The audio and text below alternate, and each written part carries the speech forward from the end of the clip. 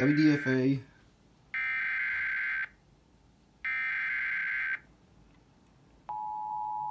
What you issue this time?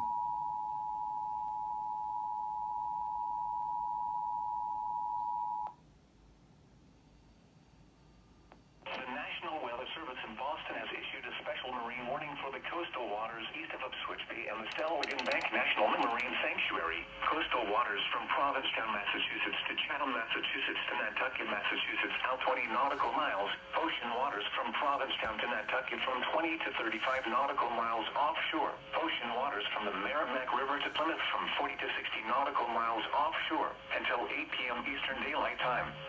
At 7:10 p.m. Eastern Daylight Time, severe thunderstorms were located along a line extending from 25 nautical miles northeast of Truro to 17 nautical miles northeast of Nas at light to near the coastal waters east of Cape Cod, moving east at 60 knots. Hazards include wind gusts in excess of 50 knots.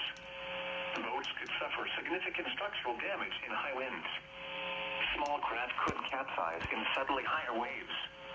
Locations impacted include the coastal waters east of Cape Cod. Move to safe harbor immediately as gusty winds and high waves are expected.